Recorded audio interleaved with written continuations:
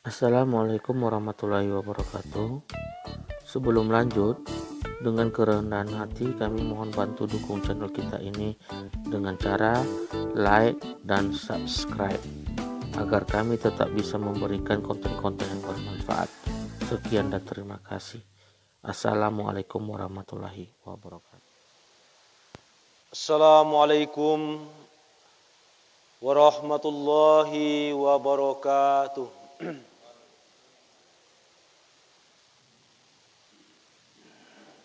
Alhamdulillah, alhamdulillahillazi ahyana ba'dama amatana wa ilaihin nusur. Ashhadu an la ilaha illallah wahdahu la syarikalah wa ashhadu anna Muhammadan abduhu wa rasuluhu la nabiyya ba'dah. Rabbi shrah li sadri wa yassir li amri wahlul 'uqdatan min lisani yafqahu qawli. Ma'asyiral muslimin wal muslimat, sidang jamaah subuh yang berbahagia. Bersyukur kita kepada Allah Subhanahu wa taala.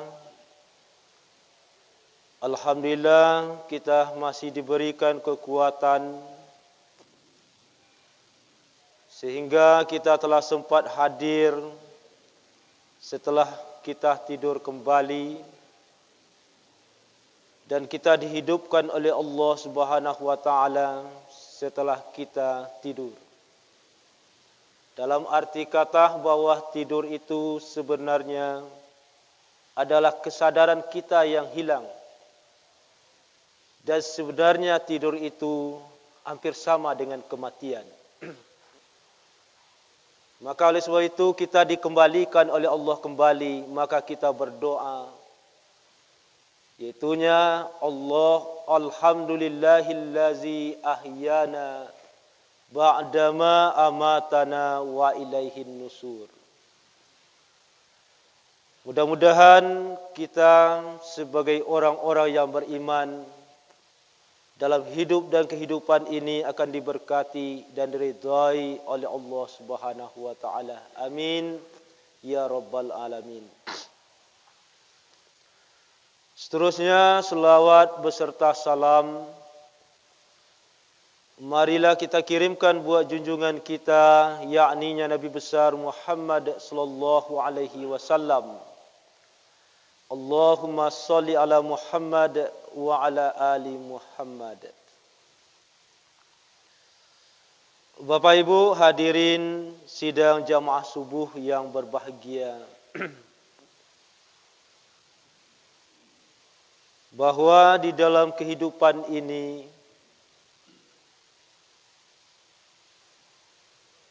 setiap detik, setiap saat kita sebagai orang-orang yang mukmin, orang-orang yang beriman kepada Allah, bahwa kita setiap detik kita pasti diuji oleh Allah Subhanahu wa taala. Karena konsekuensi dari orang-orang yang beriman itu adalah ujian. Maka orang-orang yang beriman itulah yang akan diuji, akan diasah oleh Allah Subhanahu wa taala. Untuk apa diasah orang-orang yang beriman itu adalah untuk menentukan jati diri keimanannya. Maka itu yang disampaikan bahwa hidup ini hanya dua pilihan. Pilihan hidup yang Allah berikan kepada kita yang pertama adalah pilihan keimanan. Apakah kita mau beriman? Ini jalan dibentangkan seluruh-seluruhnya oleh Allah. Maka apabila kita memilih jalan beriman, maka hilanglah kebebasan kita sebagai manusia yang beriman. Dalam arti kata adalah kebebasan itu kebebasan hawa nafsu kita dibimbing oleh Allah. Mau mencurikah kita dilarang oleh Allah? Untuk berbuat maksiatkah kita di atas dunia ini dilarang oleh Allah? Untuk berbuat yang membelakang dari ajaran Allah pun dilarang oleh Allah. Kalau kita memilih jalan beriman, maka hilanglah kebebasan kita di dalam melakukan kemaksiatan kepada Allah. Maka orang yang beriman itu dibimbing dan dipelihara oleh Allah Subhanahu wa taala. Coba dah Bapak Ibu-ibu.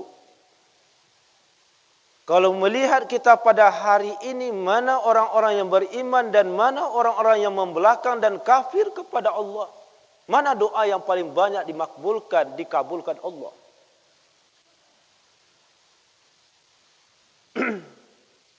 Sementara kita berdoa kepada Allah, ya Tuhan ampuni dosa kami, ya Allah bukakan pintu rezeki kami, ya Allah.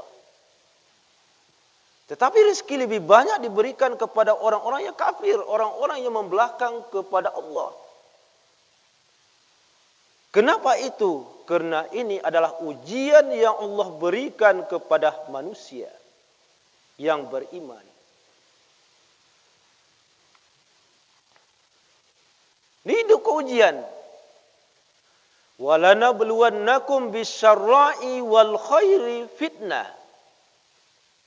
Jadi kecil itu kadang-kadang ujianku hanya ujian daripada yang tidak menyenangkan diri kita sendiri. Itu ujian oleh kita. Tetapi Allah katakan ujian itu adalah walanabluwannakum bisyarra'i. Sesuatu yang tidak menyenangkan diri kita, yang tidak menyenangkan hati kita, itu ujian yang pertama. Sesuatu yang kita cintai di atas dunia ko, umpamanya harta yang kita cintai, harta itu diambil oleh Allah Subhanahu wa taala. Itu ujian. Anak yang kita sayangi, anak yang kita belai-belai dari kecil sampai dia besar, akhirnya Allah memanggilnya, inna lillahi wa inna ilaihi raji'un. Itu ujian.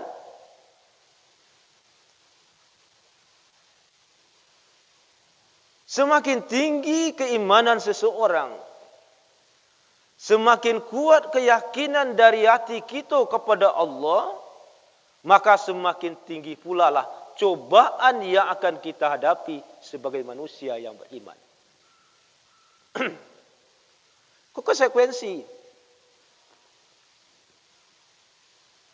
Lihat Bapak Ibu hadirin yang berbahagia.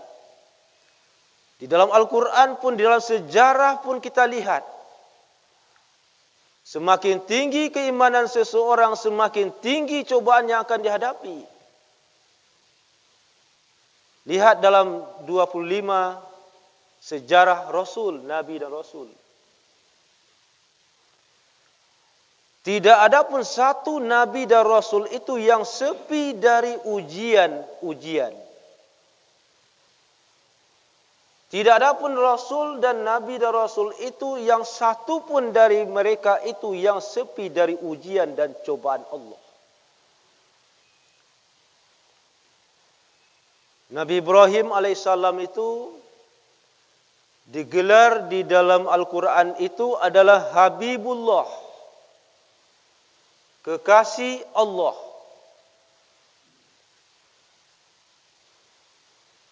Adalah Nabi yang paling banyak ditimpa oleh ujian dan cobaan.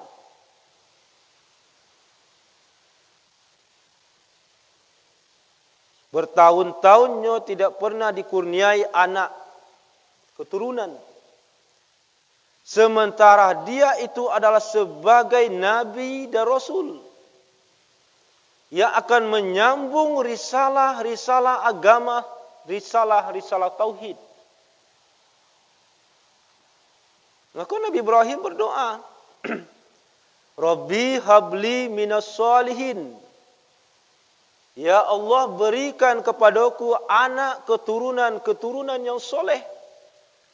Sementara Ibrahim dalam usia yang sudah tua. Dan istrinya sudah usia yang senja.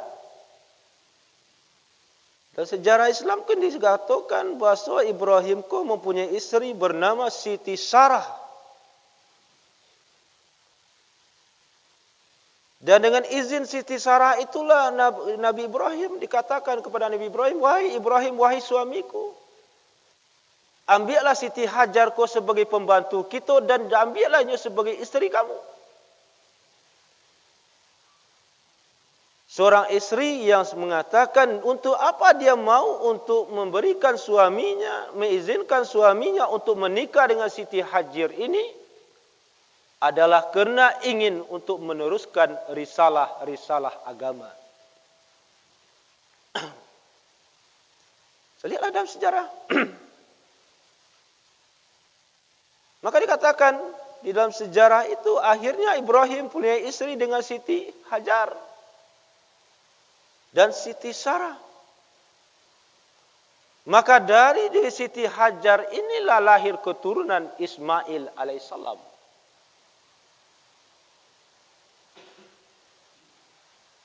Maka di sinilah sebetulnya dikatakan sejarah dari kurban itu dimulai dilukilkan di dalam Al-Quran.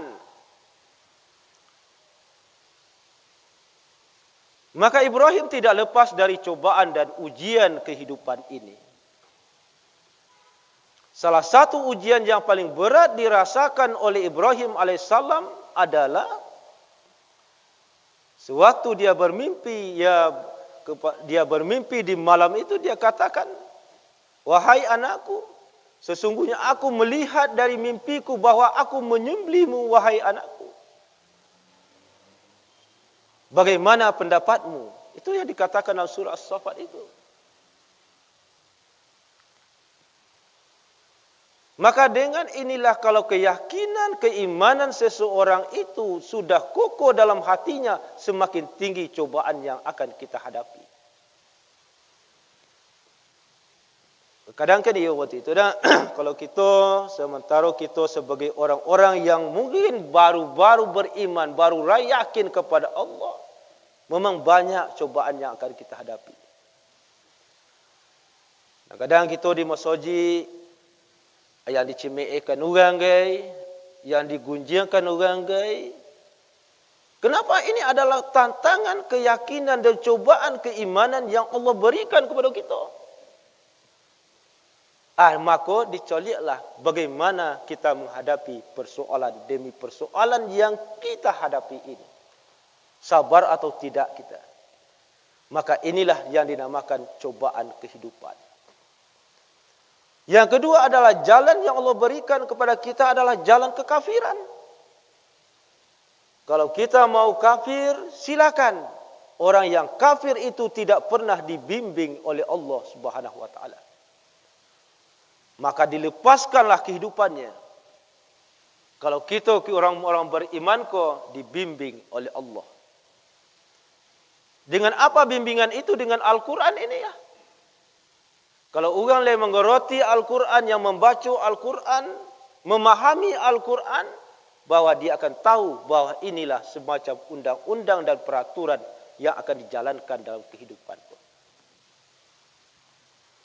Kau yang payahnya Bapak Ibu, sebagai umat Islam yang tidak mengerti dan tidak bisa membaca Al-Quran, ini yang paling susahnya. Untuk Al-Quran itu bukan di rumahnya, tidak pernah dia baca. Maka Al-Quran itu tidak akan memberikan manfaat di dalam kehidupannya. Membaca tak pandai, memahami tak lo, maka Al-Quran itu semakin hari semakin jauh dalam kehidupannya. Maka itu yang kedua adalah bagi orang-orang yang kafir itu dibiarkan kehidupannya. Yang paling banyak soki orang kafir pada orang beriman, orang kafir. Ya dah. Banyak sokinya nyagir Tuhan, kekayaannya. Kerana dia tidak pernah dibimbing oleh Allah Subhanahu wa taala. Maka pertanggungjawabannya nanti adalah di mahkamah Allah Subhanahu wa taala. Ini Bapak hadirin yang berbahagia, inilah semacam dua konsep dan dua pilihan yang Allah berikan kepada kita. Yang pertama pilihan kita beriman, kalau kita memilih jalan beriman, maka bersiap-siaplah kita untuk menghadapi cobaan kehidupan. Iza ahaballah biqaumin batalahu. Apabila suatu kaum sudah mulai dicintai oleh Allah Subhanahu wa taala, maka bersiap-siaplah untuk menghadapi cobaan kehidupan. Jadi, konsekuensi dari kita memilih kehidupan sebagai orang beriman adalah cobaan. Kerana cobaan itu adalah akan mendekatkan diri kita kepada Allah Subhanahu wa taala.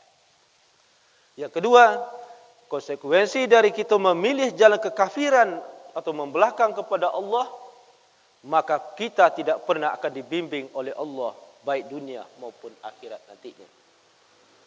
Mudah-mudahan dua jalan pilihan yang keimananlah yang kita pilih, maka akan membawa kita kepada kebahagiaan dunia dan akhirat. Fa'tabiru ya ulil absar. Assalamualaikum warahmatullahi wabarakatuh.